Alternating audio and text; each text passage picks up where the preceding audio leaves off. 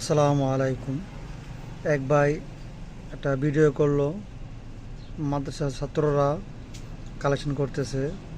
তো আসলেও দেখতে জিনিসটা খুবই খারাপ এবং খুবই কষ্টদায়ক যে এই বয়সে মাদ্রাসার ছাত্ররা, ঠিক আছে, লেখাপড়া বাদ দিয়া কালেকশন করে। তবে দুঃখের বিষয় হলো এখানে হুজুরের বিরোধিতা করতেছে, ঠিক আছে, মাদ্রাসার বিরোধিতা করতেছে, ঠিক আছে, বলতেছে ডাক্তার ইঞ্জিনিয়ার হবে কেন, এই ভিক্ষুকের মতো কালেকশন করতেছে। সবই ঠিক আছে ভাই, আপনার কথা সবই মানি আমি।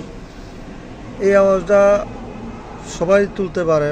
অনেকে দেখছি কমেন্টে এটার জন্য নিন্দা জানাইছে, ঠিক আছে, প্রতিবাদ করতেছে। কিন্তু দেখেন শয়তান আমাদেরকে কেমন ধোঁকা দিতেছে।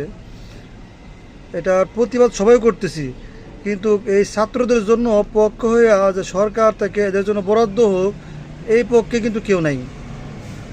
ঠিক আছে, মানে সবাইয়ের বিপক্ষে আছি যে ছাত্ররা এই কাজগুলো করতে পারবে না। কিন্তু এই ছাত্রদের জন্য সরকারিভাবে এই ছাত্ররা কি বাংলাদেশের বাইরে, এই বাচ্চাগুলো কি আমাদের বাংলাদেশের ভিতরে না? আমরা কি ট্যাক্স দিতেছি না? ওর বাপ মাকে ট্যাক্স দিতেছে না?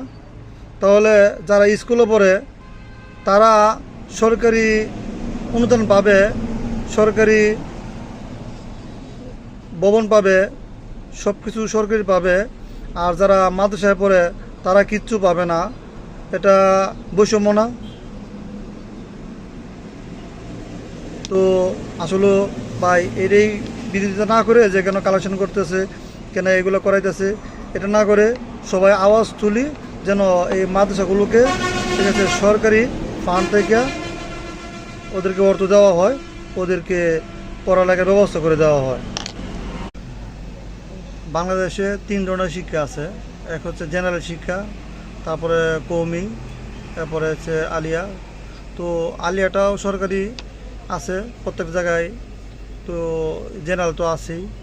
তো কওমির যারা পড়ে, ঠিক আছে, আমি আমার বাচ্চাকে হাফেজ বানাবো, আমার বাচ্চাকে আমি আলেম বানাবো, সেটা আমার ইচ্ছা।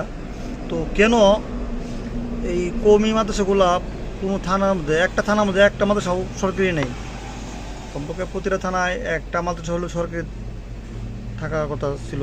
কারণ আমরা কি ট্যাক্স দিতেছি না? যারা মাদ্রাসায় কমিতে পড়ে তাদের বাপ মা কি ট্যাক্স দেয় না সরকারকে? তাহলে কেন থাকবে না? আমরা কেন এই থেকে বঞ্চিত হব?